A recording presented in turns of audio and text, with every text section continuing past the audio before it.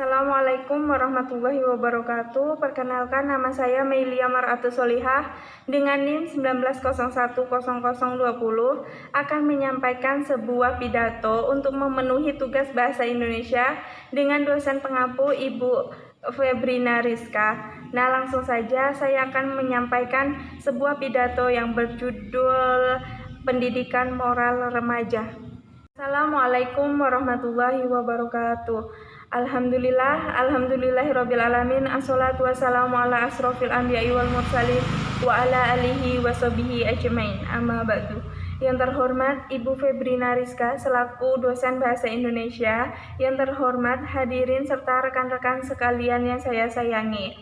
Pertama-tama marilah kita panjatkan puja dan puji syukur kehadirat Allah Subhanahu wa Ta'ala, karena berkat rahmat dan karunialah kita dapat berkumpul seperti pada saat ini. Tidak lupa pula sholawat beriring salam kita junjungkan kehadirat Nabi besar Muhammad SAW, karena beliaulah yang menuntun kita dari alam kegelapan menuju alam yang terang benderang seperti yang kita rasakan pada saat ini. Langsung saja, tidak memanjang mukadimah, saya akan menyampaikan pidato yang berjudul Pendidikan Moral Remaja. Hadirin sekalian yang saya hormati, apakah sudah tahu apa yang dimaksud dengan moral itu? Moral adalah suatu perbuatan, tingkah laku, ucapan seseorang dalam berinteraksi dengan orang lain. Moral juga dapat diartikan sebagai suatu norma atau suatu tatanan tentang kehidupan yang dijunjung tinggi oleh sebagian besar masyarakat.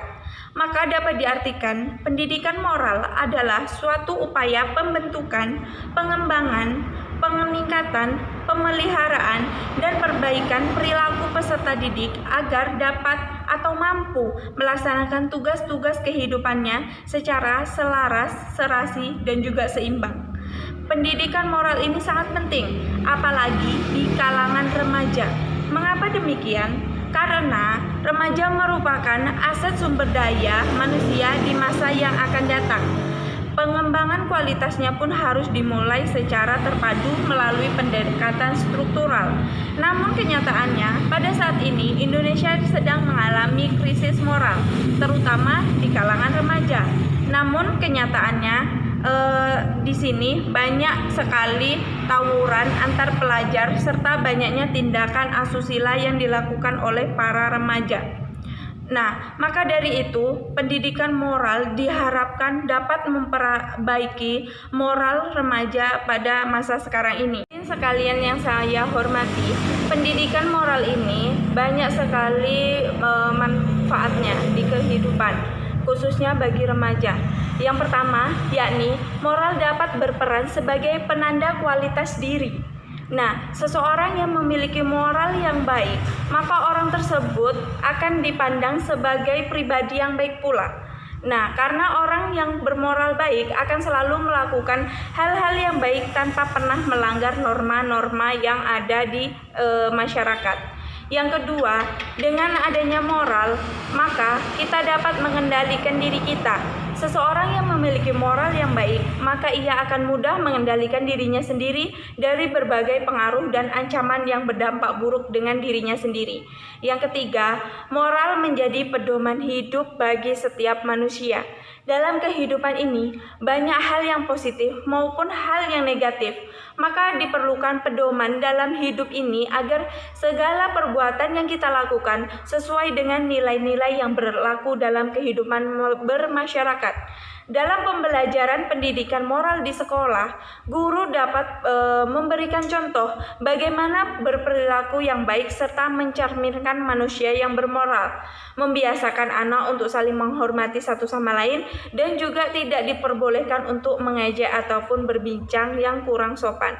Nah, hadirin yang sekalian, melihat krisis moral yang dialami oleh Indonesia pada saat ini, ada hal-hal yang dapat dilakukan untuk meningkatkan pendidikan moral di Indonesia. Yang pertama, sebagai remaja hendaknya mengikuti berbagai organisasi yang bersifat positif di lingkungan sekolah maupun di luar sekolah. Karena dengan mengikuti organisasi, kita dapat bersosialisasi, menjaga tingkah laku dan ucapan kita terhadap orang lain. Yang kedua, mengikuti berbagai macam sosialisasi guna mengembangkan mental, moral, sosial, serta segala aspek yang menyangkut kepribadian seseorang.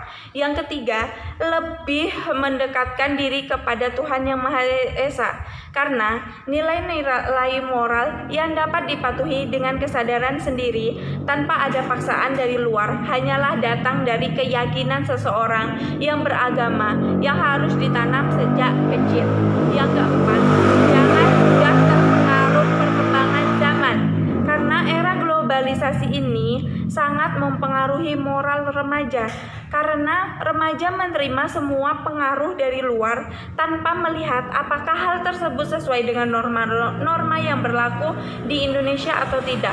Maka dari itu, sebelum menerima seluruh pengaruh perkembangan zaman, sebaiknya kita sesuaikan terlebih dahulu dengan norma yang ada di Indonesia pada saat ini. Dari itu, untuk menjadikan generasi bangsa yang berkualitas dan memiliki perilaku yang baik, maka sangat diperlukan pendidikan moral, apalagi pendidikan moral di kalangan remaja.